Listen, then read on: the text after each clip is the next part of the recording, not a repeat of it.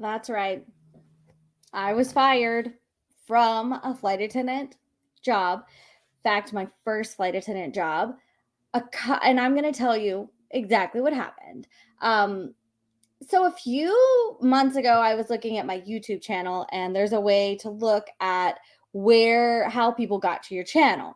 And there's a way to find out what people are searching for to stumble across your channel. And this is good information because it helps you create new videos based on what people who are watching your videos want to know. Well, I was super surprised when I saw that the number one searched phrase that led people to my YouTube channel was, "Why was Abbie Unger fired?"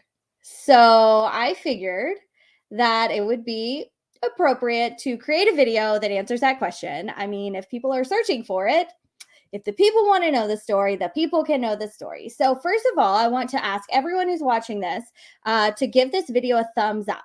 Now, when you give this video a thumbs up, I will not think that you are thumbs upping the fact that I got fired. I will think that you are thumbs upping my courage to tell the story on the internet about the worst day of my life. So, go ahead and give me a thumbs up for that.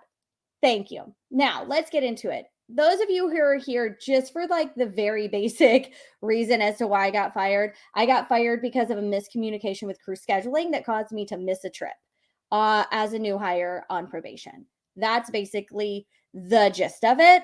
Now, that's basically the gist of it. Here's what happened. Here's the whole story. What happened was I got hired by United Airlines in 2006. I was working at Bank of America at the time. I was a teller. I was enjoying my life. I was in my early 20s. I had always been interested in becoming a flight attendant. That had been something sort of in the back of my mind that I had always thought would be really interesting and really cool job to have. But I thought that I wasn't qualified and I didn't really know if you needed training or school. I didn't know how it worked back then, right? So hopefully we all know now you don't need special school, you don't need special training, you just need customer service experience. So I remember that I was living in North Carolina at the time, and I decided to move back to Charleston, where I'm from, so that I could be closer to my family, basically. And I was on the computer on a day off. I had like this random day off in the middle of the transfer. So I was at home and I was Googling around 2006, Googling around, and I stumbled upon United Airlines was hiring flight attendants. There was an open job listing there. And so I was like, oh, I wonder what you have to do to be a flight attendant. So I clicked on the job listing and started reading down what you needed: passport, over 21 years old, 2 to 3 years customer service experience, willing to relocate, da da da da da da da. And I realized that I was qualified. And so I applied. I whipped out a resume. I had actually recently been doing some applying within Bank of America, so I had one ready to go. I went ahead and applied, and immediately was asked to do an assessment. That was the process at the time. So I did the assessment, and then as soon as the assessment was done, the screen refreshed and asked me to pick a date to fly to Dulles in Washington Dulles, to do a face-to-face interview. So this was before the video interviews were a thing. I don't know why phone interviews were not a thing at this particular moment. I'm sure they were before and there are after for some airlines. So I was invited to go to Dulles. I didn't know that Dulles was not a mispronunciation of Dallas until this moment. I feel like I got like lipstick on my teeth. I had to put on the red lipstick because this is a big story. So it's my courage lipstick. I don't want it on my teeth though. So I didn't even know until that moment that Dulles and Dallas were like different things. But of course, when the word popped up and it was spelled Dulles, I was like, oh, that's not Dallas. And it's in Washington, D.C. So I picked a date. I remember my parents came home that afternoon and I was like, so guess what? I applied to be a flight attendant and I'm going to an interview in Washington, D.C. Next week. It was like the next week. So they were like, oh, wow. Okay. Wow. Okay. So I thought that they were like shocked. I'm sure they were shocked, but also now looking back, I mean, they had known me for a long time. So, doing just things like this, big sounding, dramatic things out of the blue is pretty par for the course for my whole life, actually. Still even now. But anyway, so I went to Dulles the next week. I flew from Charleston, one leg up to Dulles. I rode the metro by myself to the interview. I rode the metro to into the city. I remember the interview. It was held by an outside recruiting department or recruiting company, kind of how they do the hire review now. And it was in a building on Pennsylvania Avenue, which is the same street as the address of the White House, if you don't know. So I just will never forget that. It was this huge building. It was one of the fanciest buildings I've ever been in. Huge lobby, huge elevators, 12th floor. It was like I felt like I was in a movie or a TV show. I don't know. Yeah. So I was like, it was just really cool. So I went, I did my interview, what you expect, questions, go over the resume. At the end, she invited me to attend a face to face in Chicago at United headquarters.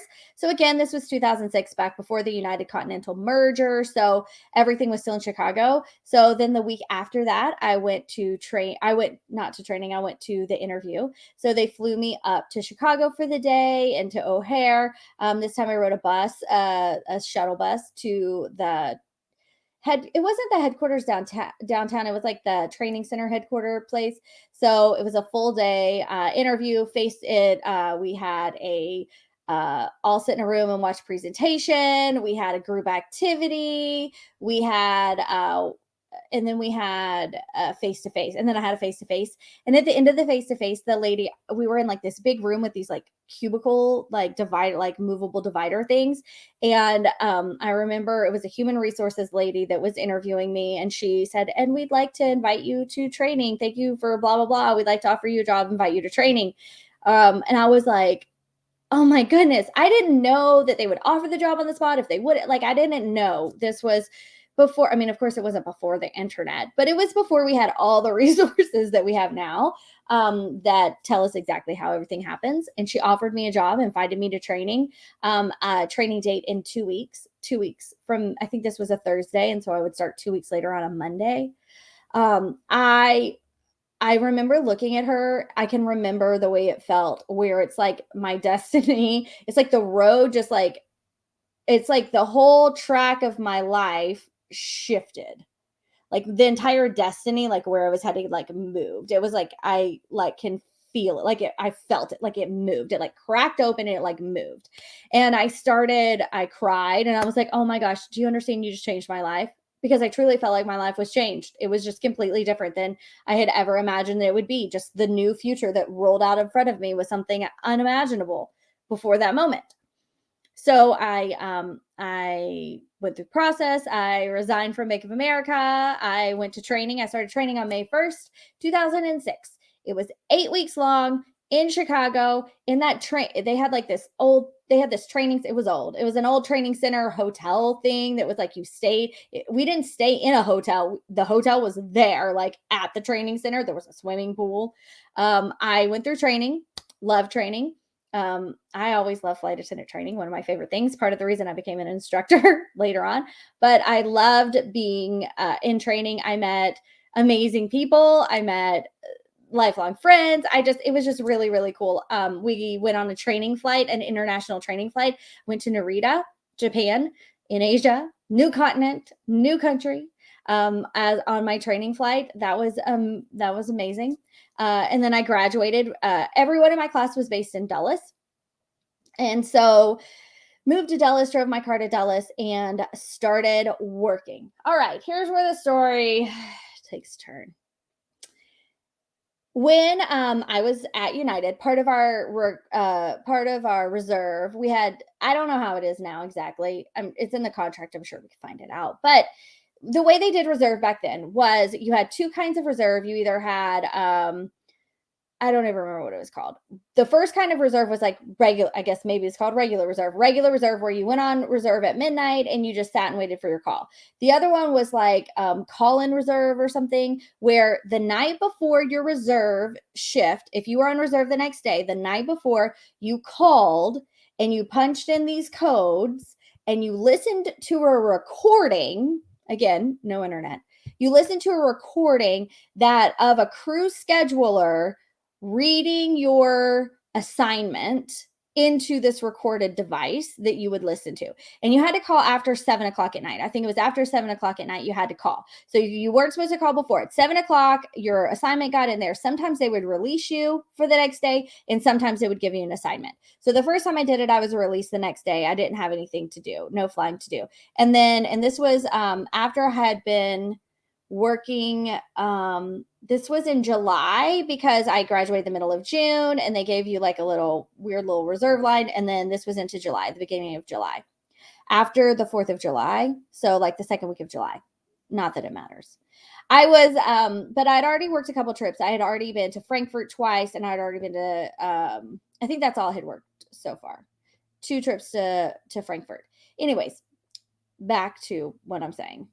So I was on reserve the next day. So I went ahead. There was also a way that they told us about in orientation where you could sort of like go in the back way, because that recording was locked until 7, but you could kind of like go into the back way and like see if you had an assignment like earlier, just to kind of like prepare yourself. And even though I was based in Dulles, we were actually on call for Dulles Airport, Reagan, DCA, and also Baltimore. And so that's why I had my car up there. You had to be able to get to all 3 airports. Baltimore was about 2 hours away from Dulles. We had a place, I rented a house with a bunch of classmates near Dulles. So the night before reserve, I go and I call, and it was like 6:30. Well, I found out later it was 6:47. But I called and I listened. I went in like the back code way, and I actually had a trip, even though the day before I didn't have a trip, and now I have a trip. So amazing. I have to plug my computer in. Such a professional video. Oh wow. This is just how it is. If you want to, if we're just going to talk, we're just going to talk. So the computer's plugged in. So I actually had a trip. I was so excited. Now, this trip originated in Baltimore. So, and it was a very early check-in. I think it was maybe 6 o'clock check-in, maybe a 6 a.m. check-in, very early. So at 6:45 at night, 6:47, I listened to the recording. I have a trip out of Baltimore. I get my bag all together. I get ready. I go to bed because I have to wake up to be there at 6. You have to leave at like 3:30. So I was getting up at like 3 the next morning. So I got up, I got in my car, put on my uniform, got in my car, drove to Baltimore. We didn't have employee parking there. So I parked in the like parking spot, whatever, and rode the shuttle in, and I went into the crew room. So to get to the crew room, you had to like go into the airport, and then you had to like go down this elevator, and then you like had to walk across this like opening that was actually like part of the ramp, and then you went to this like underground thing. So I go in and log onto the computer so that I can print out my schedule, print out my trip for the next 4 days. And when I pulled up my schedule, it wasn't what I was expecting it to look like. And again, I didn't have a computer at home or anything like that. I just listened to the recording. So I was like, and I'm brand new. I mean, I've only looked at at a schedule like, half a dozen times. And I'm like, this doesn't look like what I'm expecting it to look like. And like the check-in time was like 7:15. And I knew that my check-in time was 6, and it's like 5:30 at this point. And so like there was a flight attendant next to me, and I said, am I reading this right? Is my check-in at 7:15 now? And she looked and she said, your trip starts in Dulles. Why are you here? It was a senior flight attendant.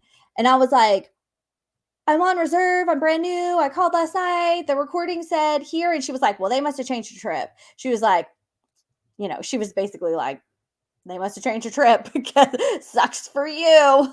Excuse my language. So I immediately, a brand new hire, I immediately picked up the bat phone. So there's a red phone sitting right there that connects straight to crew scheduling. Pick up the phone, and I was like, this is what happened. And I like told them like I called and then this, and they were like, oh yeah, we had a late sick call. And so we changed your trip right before 7, but we need you at Dulles. And I was like, well, what do I do? And the crew scheduler is like, well, I mean, I guess you go to Dulles. And I'm like, am I in trouble? And he said, well, if you make the trip, like it doesn't like no, just try to make the trip. Keep us posted. So I freaked out a little bit, a lot of it on the inside, a little bit on the outside, a lot of it on the inside. Um, Cry, try not to cry. And I was like, oh my gosh. And I was like, and I kind of said something, and the flight attendants around me were like, well, just you got to try to get to Dulles. So I went back out. It's now about 6:15. I have a 7:15 check-in. I'm 2 hours away. You could do the math. I also had to go get my car at the parking lot. I decided that I would take a taxi instead. I was like, let me give myself the best chance. If I take a taxi, I don't have to go to that parking lot and I don't have to park in the next parking lot. They can just drop me off at the curb.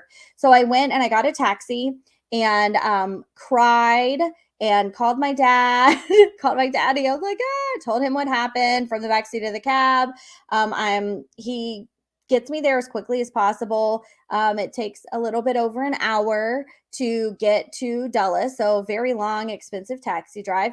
We get to Dulles. I go. I remember I was on the People Mover at 7:15. The People Mover, those things that look like Star Trek, if you've ever been to Dulles. I'm on the People Mover across the tarmac, going across the tarmac at 7:15, which is my check-in time.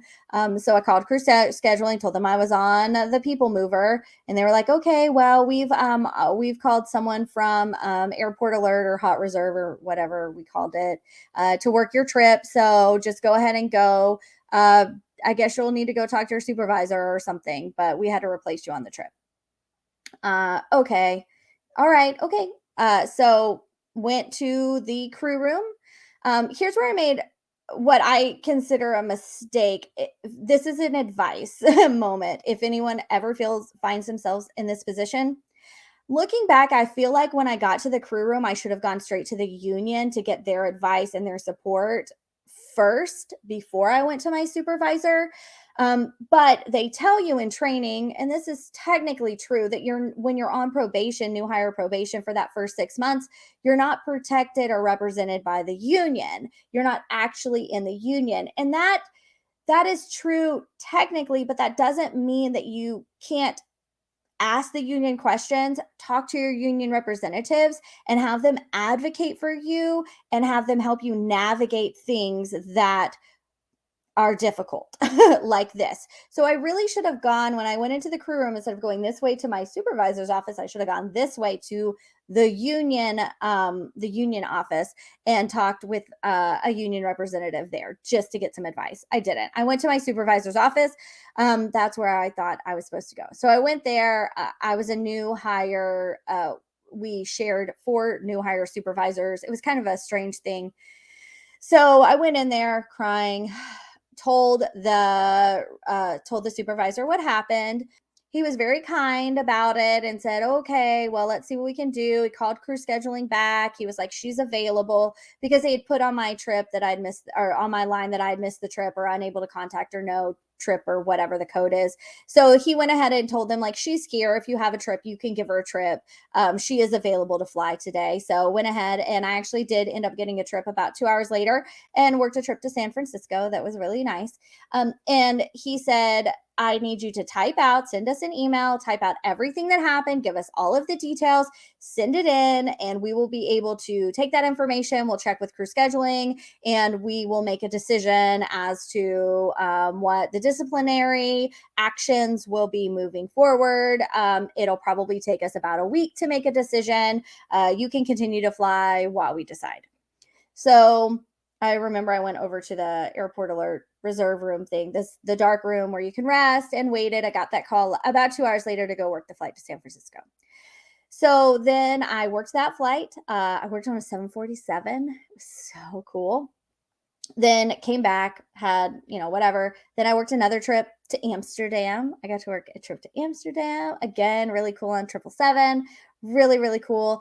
And then when I came back from that trip from Amsterdam and I went back to the crew room to check out, that was our policy as a new hire reserve, whatever, I had to go check out. There was then a note for me to go see my supervisor. So I went in, well, not yet. I knew that I was about to get fired. So I had been on the line maybe 3 or 4 weeks at this point, and I had already had several classmates terminated, several other classmates quit, who had been flight attendants with other airlines, they were like, this seems, I don't know. It's just like a whole thing.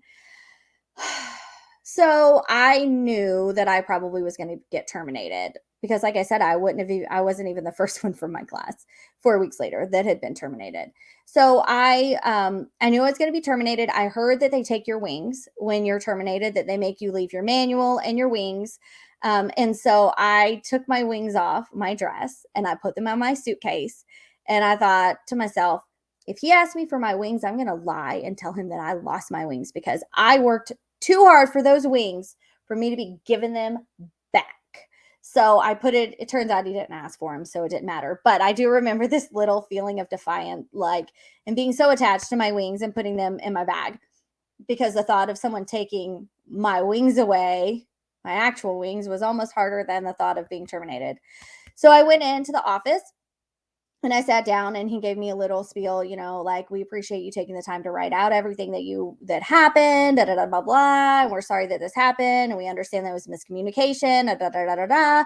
But in the spirit of consistency, because you did miss a trip while on new hire probation, we do have to terminate your employment. But you do have the opportunity to resign if you would rather resign.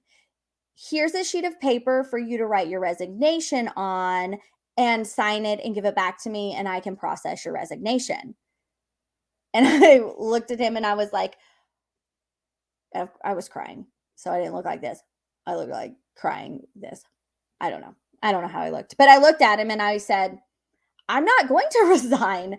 I don't want to resign.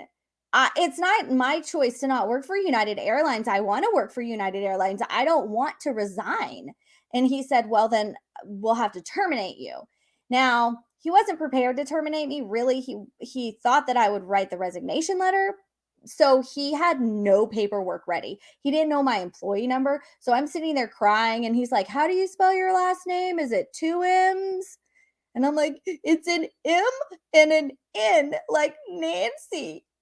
My maiden name is Sumner. So, and then he was like, and what's your employee number? And I'm like, I don't remember what it was, whatever it was.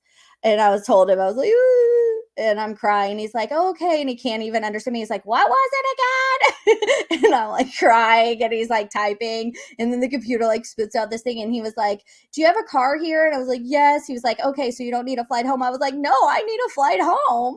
I need a flight home. So he's like, oh, okay. Looks like there's a flight to Charleston in about 45 minutes. Da, da, da, da, da. So they booked me on the flight, positive space. I signed some paperwork. They take my manual. They don't take my uniform. They don't take my wings. And I leave. They escort me out. They were like, just mail your badge back. You're going to need it to get your car out of the parking lot or something like that. So off I go upstairs. I went upstairs. It's upstairs at Dulles. I went upstairs and I got on the flight to Charleston. During that time, I called my dad. He knew. I called my mom was actually on a trip to Panama out of the country during all of this time. So I hadn't spoken with her. I called my dad when I got the note that I was going to go in, and he was like, they're not going to terminate you. They're going to discipline you. It's going to be okay. You're going to be okay. I was like, I really think they're going to fire me. I think they're going to fire me. So then afterwards I called him back and I was like, they let me go. They terminated my employment. They let me go. And he was like, oh, okay. Wow. All right. And he's like, are you coming home? Yes, coming home. He said, okay, well, I will pick you up at the airport. He said, actually, I'm picking your mom up at about the same time. Okay. So I fly home, get off the airplane. I cry the whole way home, the whole flight home. Thankfully, it wasn't very long. Get off the airplane. I'm still in my uniform. So I don't have my wings on. Like disgraced flight attendant. My wings are gone. In my uniform. Been crying for like 4 hours at this point. Just defeated, crushed, jobless, fired, dethroned. I mean, just like all of the things that you could feel. And just heartbroken, afraid, devastated, all of it. And I remember walking. My dad picked up my mom. He actually told her what was happening. and it said, Abbie will be here in about 20 minutes.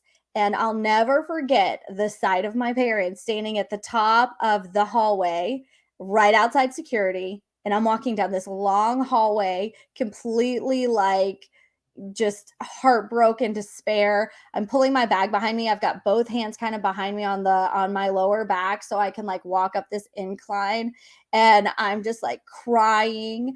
And I remember they're both standing there in the distance, and my mom is crying and my dad is trying not to cry, and and I'm crying, and I'm just like, and I walk up there and they gave me a big hug, and of course we were going to be okay. We were going to move on. So that's how I got fired from United Airlines. That's the entire story. That's what happened.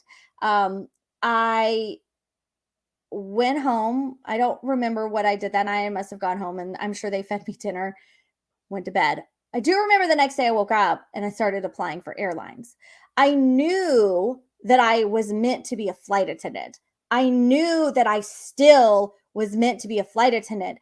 I will always be grateful to United Airlines because they were the first airline to see a flight attendant in me. They're the airline that turned me into a flight attendant. They're the airline that showed me gave me the opportunity to fall in love with the flight attendant career. They did that for me, and I will always be grateful for that. So I went ahead and I started applying. I applied everywhere now. Like before, I just accidentally applied to United and I got hired. I applied on March 16th and I was in training on May 1st with United. So fast. Now I just started applying everywhere. I interviewed with Republic, with SkyWest. I remember I interviewed with a couple other airlines, and then I interviewed with Continental. And I was offered a job on the spot with Continental Airlines, which was amazing. I was invited to training, and I actually started training on my birthday that year, October 9th. I started training 2006. So just a few months after I'd been terminated from United, I was able to start training with Continental Airlines and flew for them. My husband at the time, well, he wasn't my husband. At the time, the man who eventually became my husband was working at Continental too. And he was working on the ground as a gate agent, a customer service agent. And and so that's how we met. I was commuting out of Charleston. He was at the Charleston airport and he was working for Continental. And so, looking back, I think that it's really cool the way that it lined up, the way that looking back, I can see how things fell into place. If I had stayed with United, I wouldn't have met my husband as soon. I would have been in the wrong terminal till they merged, probably. But I was able to meet him in 2000, and we met in early 2007 and got married in January 2008. And yesterday was actually our wedding anniversary, January 26th. We've been married 14 years. And another thing is now that I own Flight Attendant Career Connection and I help aspiring flight attendants and ambitious flight attendants, my story has been able to be redeemed in some ways because it offers hope to other people in similar positions, either people who have been unsuccessful in training, people who have been terminated from jobs, from airlines. My story, people who have quit and wish that they had it and don't know if they can go back. My story has been able to give hope to lots of people. And I am glad that it's been able to be redeemed. So it's kind of like what the devil meant for a setback, the Lord meant for a setup, that kind of thing. Or the Lord turned into a setup or something. I don't know. But anyways, that's the story of how I got fired from United Airlines. This video is a little different than what my videos are usually like. But, if you were curious, maybe I scratched that itch for you. If you would like to become a flight attendant, I'll put a link down in the description about how I can help you. But otherwise, if you find yourself in a position where you feel like your setbacks have disqualified you from your destiny, I would like to tell you that that is not the case, that your setbacks and your challenges, and even getting fired from one of the most famous airlines in the world will not stop you from reaching your goal, living your destiny, helping the people that you were destined to help. You can't give up. You can't give up. So hopefully you find this encouraging if you needed encouragement, and hopefully you found this titillating if you needed a story. All right, talk to you later.